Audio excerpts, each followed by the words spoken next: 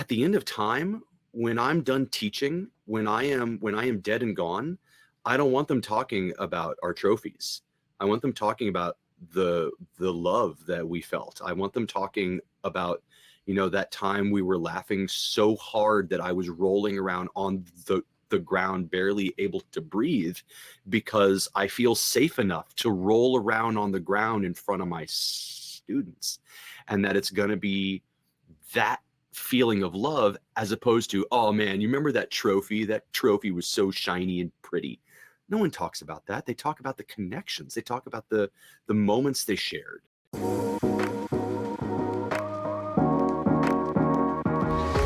Hello and welcome to Love as a Business Strategy, a podcast that brings humanity to the workplace. We are here to talk about business, but we want to tackle topics that most business leaders shy away from.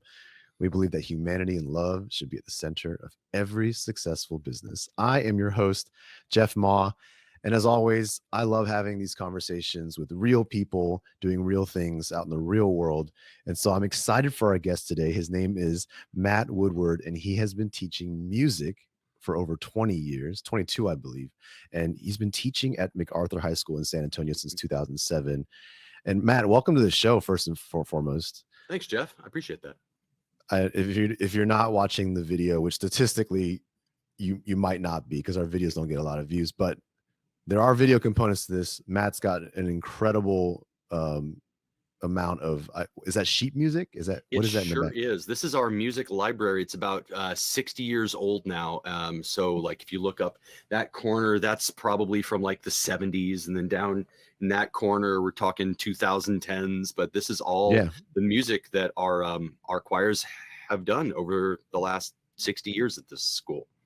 Yeah. And you can tell the papers get wider as you go down. Yeah, they sure do.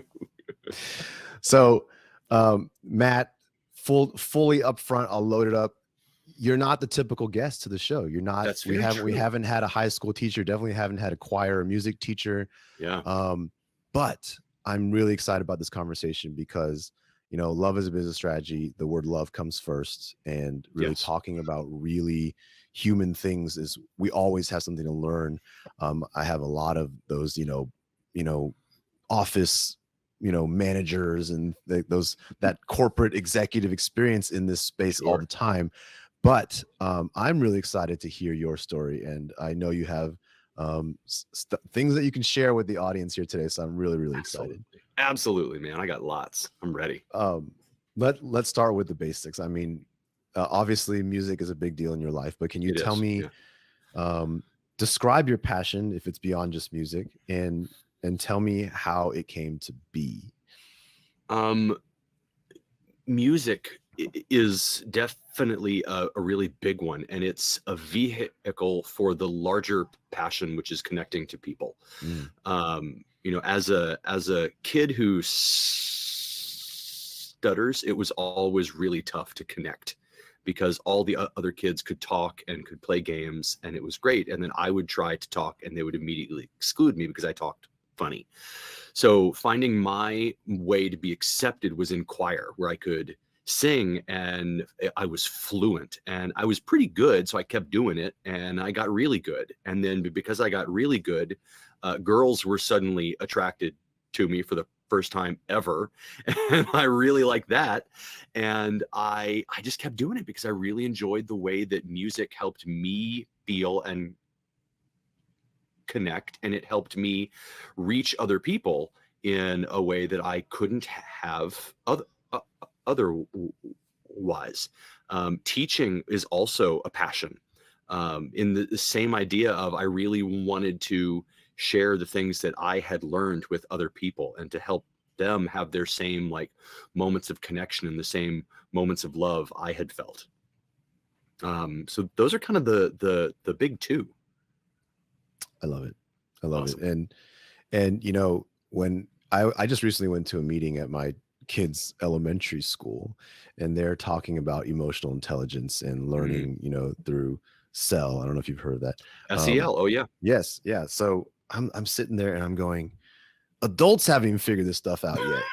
I know. They're like, talking about vulnerability based. They're talking about all the stuff that we Oh my wrote about gosh. in the book. And I'm just like, yes, like it needs to start from a younger age. We need to Yep. be talking about kids, about their emotions, their feelings, and making them whole individuals.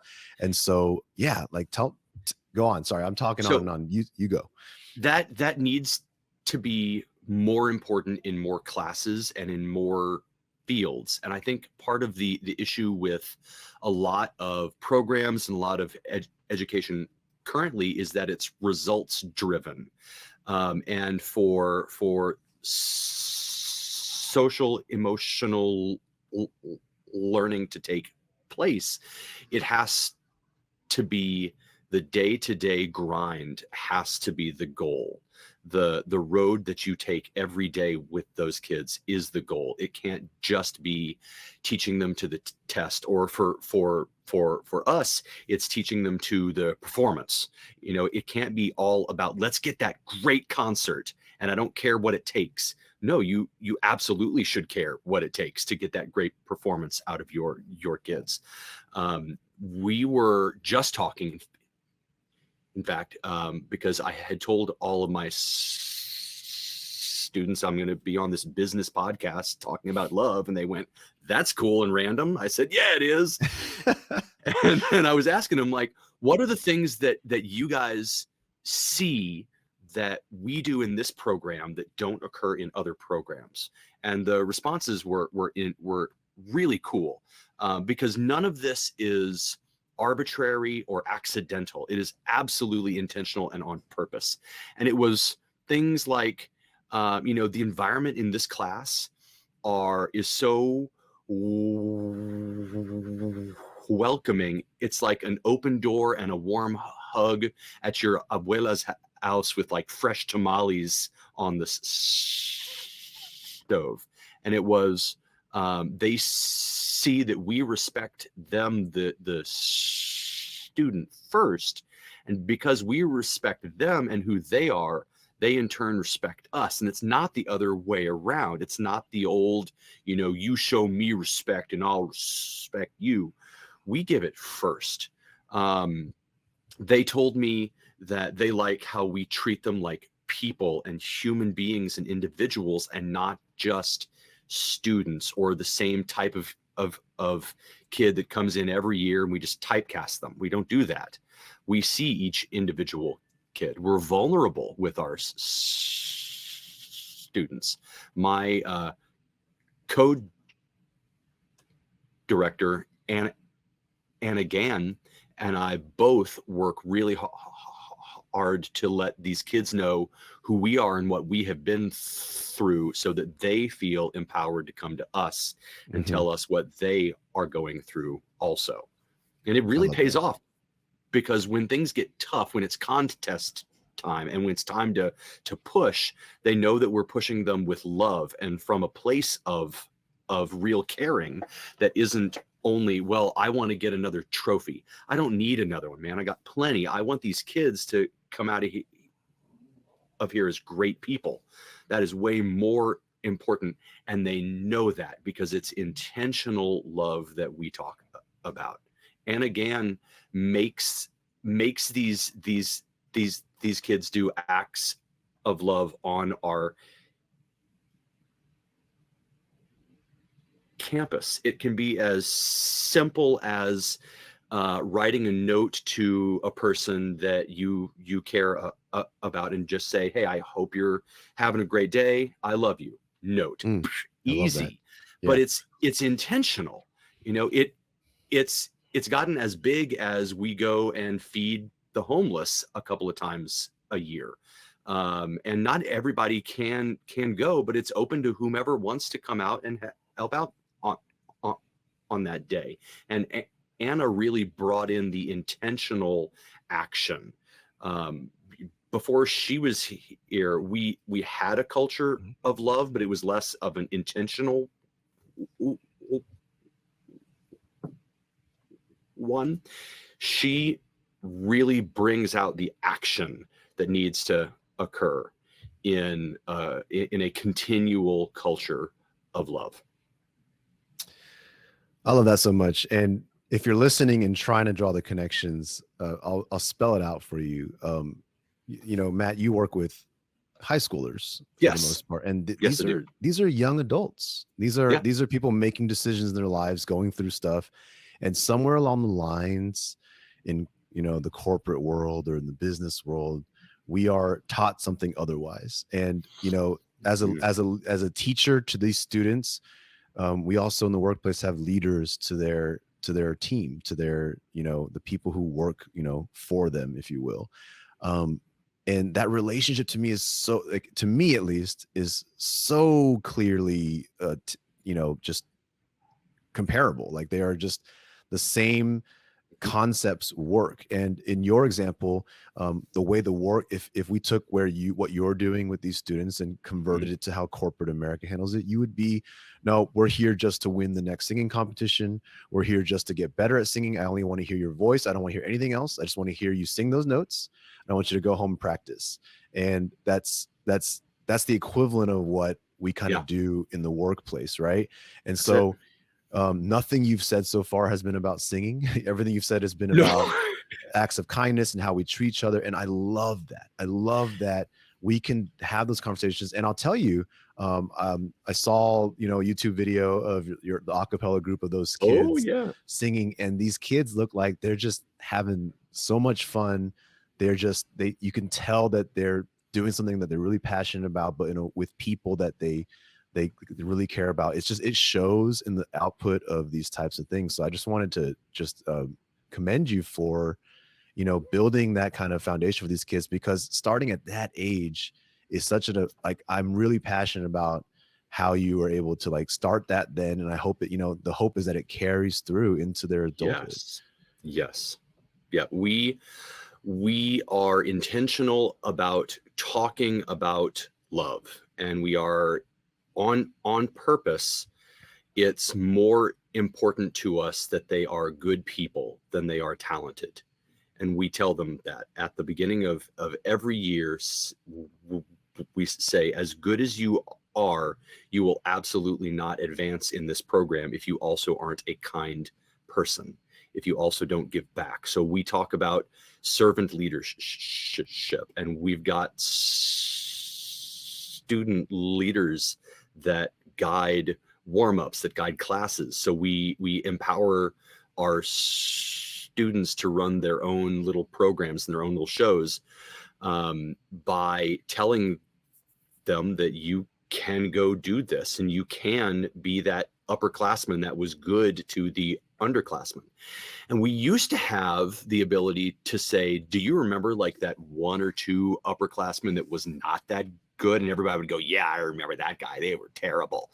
But now we don't really have that example, because it's been 10 plus years of us focusing on the people as opposed to the outcomes. And that's allowed all of our underclassmen to look up and see that the upperclassmen support them and cheer them on and consider them as equals. Earlier, I was asking them some prep things for this podcast, and one of them told me that one of the upperclassmen had reached out and congratulated her on a audition, not really even knowing who this kid is, but this upperclassman thought, I need to support this underclassman. It wasn't a thing I told them to go do. It's just, they know that that's the culture. They know that they want to pass down the culture of supporting each other. And it's really, really, really important that that's bigger than winning anything. That's bigger than being ready for the test or any of that. Because at the end of time, when I'm done teaching, when I am dead and gone, I don't want them talking about our trophies. I want them talking about the love that we felt. I want them talking about, that time we were laughing so hard that I was rolling around on the ground, barely able to breathe, because I feel safe enough to roll around on the ground in front of my students. And that it's going to be that feeling of love, as opposed to, oh man, you remember that trophy? That trophy was so shiny and pretty. No one talks about that. They talk about the connections. They talk about the moments they shared. The music is certainly a part of that. Because I am a music teacher, Yeah. maybe I should talk a little about the Well, music. well, I want specifically, again, Yeah. connecting the dots to the audience here for this Yes. podcast, right? I really want people to understand that if you really kind of empathize with what we're hearing from Matt here, um, if you put yourselves in the shoes of these high schoolers, these music competitions and these performances are a really big deal. I mean, they Yeah. are. I just want the context because as adults, you might say, "Oh, Yeah. kids and singing competitions, whatever." But like at this point in your life, there's nothing bigger going on. You really, really want to Yeah. succeed, and what Yeah. we're hearing is, comparable to the big thing we got to do at work, Yeah. the big projects, the big deadlines, the big Yeah. presentations, all these big things we're doing at work. It's the same, and I love Mhm. that. Despite these big things going on, when the focus is on each other and supporting each other and loving each other, you actually get to the outcome Yep. together in a better way. That's what Oh I'm man, hearing. I can tell you that our contests are hundreds, if not thousands, of people that compete. Hundreds of different a cappella groups compete against us. And years ago, when we made the conscious decision to pick good people over talent, I was talking to a ranger, and I flat out just said, we're gonna cut all the poop head, arrogant kids that are jerk bags, and we're gonna take the really good people, because that's the culture I want to get. And he said, "They sound good?" And I said, "I don't know yet, man. We're gonna find out." And we did sound good. It was a rough road. I'm not gonna lie to you. There's some videos out there you can dig up of a couple of, like, oh man, those were some fun choices that they made. But we have consistently ranked in the top 10 in the country. And I can tell you that there are groups with more talent, without question. Mhm. But we are able to showcase our connection to each other, um, because we spend so much time on it. And that connection is very attractive to other people. They see how much my kids love each other and how they like to help and support each other. And that in turn allows us to perform at a higher level. Yeah. And it shows up in other ways, again, to draw the Mhm. tangents into the workplace team is like Please. you end up putting in extra effort for each other, not because you have to, but because you want to. You end up putting in the work and time that Yeah. really makes a difference. You end up Yeah. making every moment count as opposed to just getting through the work. And Yeah. it creates that environment where you really are there to make sure your team doesn't fail, not because you want to Yes. be a superstar. Yeah. And that's another powerful thing that I'm hearing is you put a lot of good talent together and everyone's kind of fighting for the spotlight and Yeah. trying to be, whereas you bring a good team with a good culture together and they're going to prop each other up into the spotlight Yep. and support the person who's in the spotlight. So there's always got to be a soloist, Bingo. and Right. someone's got to sing the solo. Sure. Yeah. But the difference is it a team of people who are secretly fighting for that spot and secretly, Right. politics and, upset with, like, trying to like, sabotage each other so they can get Right. in that spot? Or is it people going, you know what, Kelly should be the soloist for this song Yep. because she would do the best job at making us sound great. That's And I saw, absolutely it.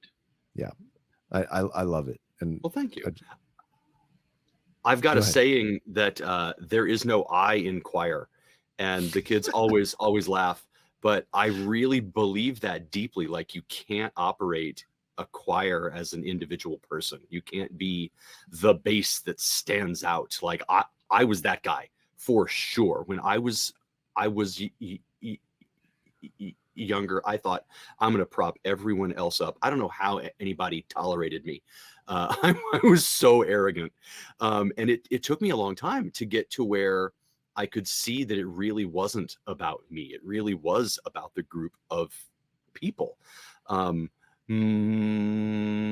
my wife is an absolutely amazing teacher, and she's a reason that I feel like I'm able to express love with these kids because of how she teaches them. She taught at the school that feeds my program, and her kids love her to death. They would take a bullet for her because she focuses on the individual kid so intensely that they'll have entire days where they don't sing a note. They just talk about the music. They talk about the way it makes each kid feel. And that's really the root of this, is taking that time to communicate with each kid. How are you today? How does this song impact you today? And she does a great job of that. She is incredible, and I copy a lot of what she does in what I do. And that approach of tell me how you're doing, that a lot of other teachers maybe just don't do enough of. They don't take enough time to back away from let's fix the diction, let's fix the technique, and say, okay, let's talk about the human side of this program. That's, to me, it's so much more important to do that. I think for me, it began with a really kind of cheesy song, but The Climb by Miley Cyrus and my group back in 2011 that performed it. That song gave us the vulnerability to talk about our own individual climbs and our own individual problems. And so I think, I don't know how it began, but it got to a point where we would take time every day to talk about each other's climbs. And it was with no judgment, and it was with no correction of, well, have you tried doing this? Have you tried smiling? It was none of that. It was just, I'm a person, I'm vulnerable right now, and I'm opening my problems up to you. And the reaction was no judgment, just support of that person. And that was a pivotal point for us. I'm honestly just working through different emotions right now and feeling on it. One of them is like jealousy. Like where was this in my high school Seriously experience? Because that's just something that we kind of have to unlearn nowadays in order to get to, which is so much harder than just having it available to us when we're young. And wow, that's amazing. I hear that you make all your students sign an agreement. Yes. Can you talk a little bit about that? Sure. We have two. Caitlin Gallegos was my first co-director, and we came up with a conduct agreement, which was like their contract of how they should be. And it came out of a year where their egos got a little bit too big, and they began to do things that kind of you would think annoy parents, but then problems for us began to come up when their parents would say, oh, you can't go do this performance because you screwed up. And I would go, wait, but I need my tenor. He's real important. So we came up with this contract that Caitlin and I wrote out, and it just like the short version of it is that everyone will be committed, be punctual, show respect, provide constructive comments, be on task, remember to be humble and grateful. And then my favorite line, demonstrate conduct, becoming a champion. So they had to make sure at all times that they were at the level that everyone expected them to be at. And it started as you had to practice that. You had to learn it and really remember that you don't get to just go be the typical high school kid that goes to parties. You have to say, no, thanks, I'm not going. And I did tell them, like, you can say your choir director is going to yell at you to get out of those things if you need to. But we wanted them to realize that all of them together have to be a part of this. And then they all sign this at the same time, and they all agree to support each other in keeping up that goal. That's one of them. That was the first one. The second one is more of like a social dynamic one, and we created this with Anna Gann. And actually, my favorite thing about it is that Anna and I didn't really create it. The kids did.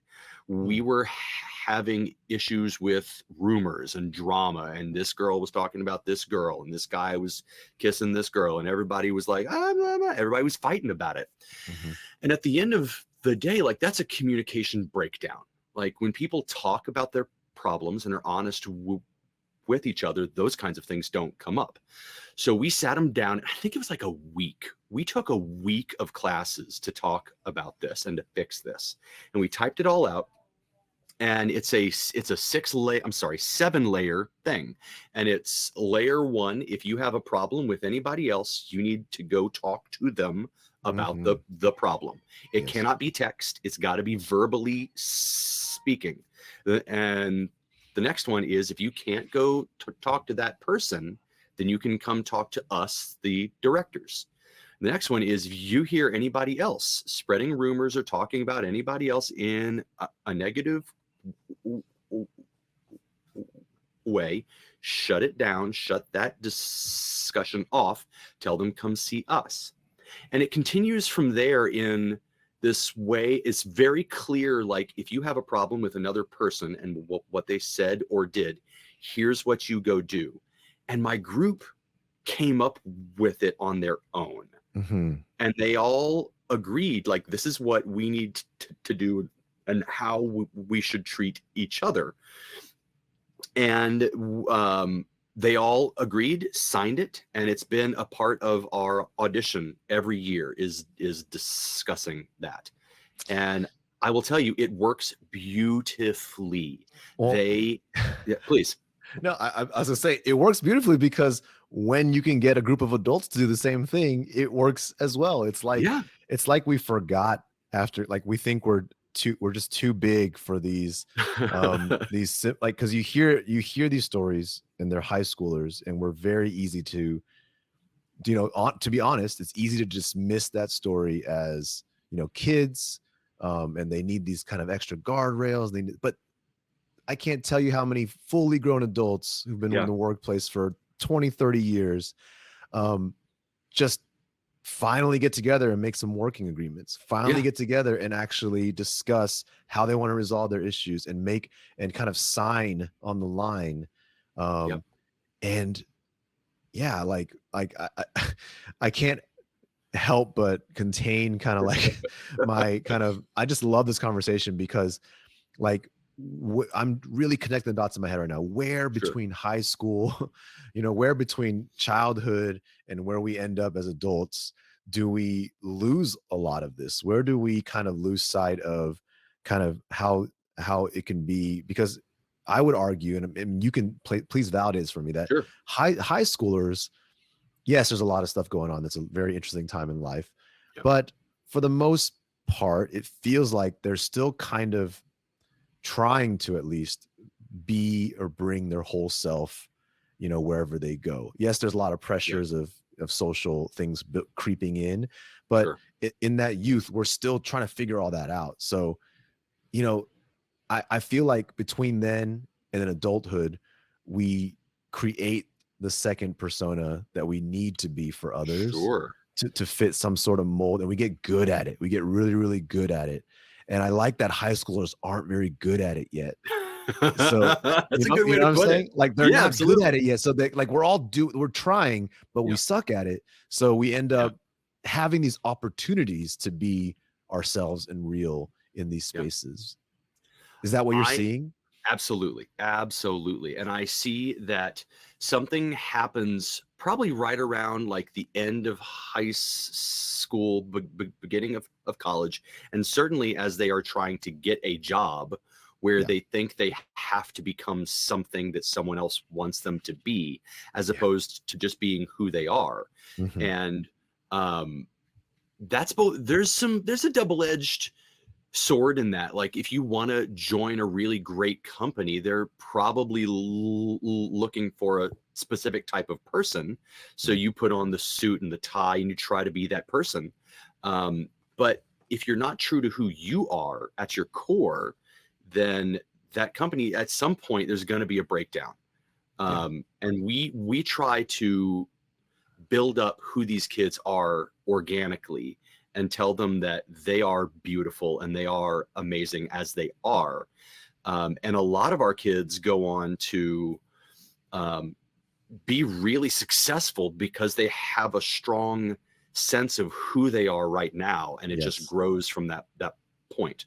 Yes. So much of the work I do is trying to figure out who these people, like, so much of the work is around introspection. So much of the work is around figuring out your self-awareness, because we've lost ourselves in the adult world. And man, I cannot, like, this makes me want to, like, I don't know what, I'm working through some feelings right now. This is right on. That's what I do to people. I you know, our acapella group is PFC, and there's like this running comment about what it really means, like, what is PFC? And recently it's been people frequently crying because we very often cry during class, a lot. Like, we bring tissues on days, and I will tell them, hey, don't wear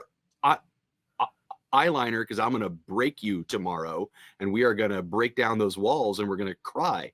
And they know it.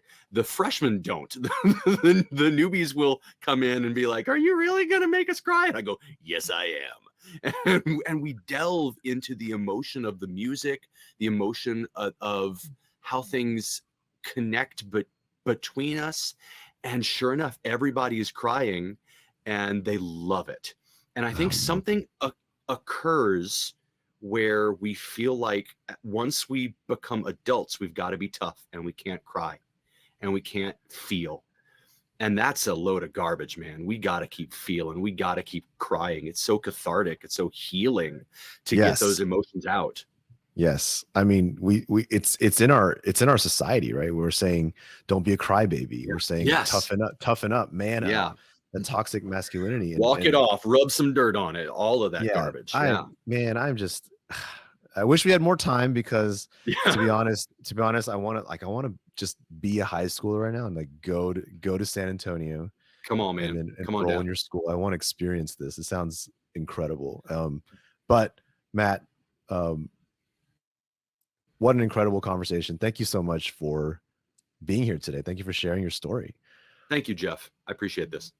Yeah. And you know, I hope we get more chances to be in touch, maybe, you know, talk about more of this, but I'm really hopeful for, if you're listening, I really found a lot of impact in how this connects to the, I'll be honest, coming into the episode, I wasn't sure if it would all connect, but it's never been clear to me. This was great. So again, thank you so much. This is a really good conversation. Thanks, Matt. Thank you, Jeff. I am so honored to be able to share. Awesome. And thank you to our listeners. As always, please do continue following and giving us your comments and your support.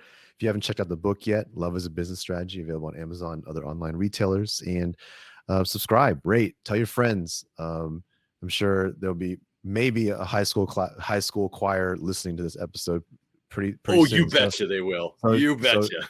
So shout out to the choir class at MacArthur High School. You got a good one. You got a good teacher here. So awesome. With that, we'll see you guys all next week. Have a good one.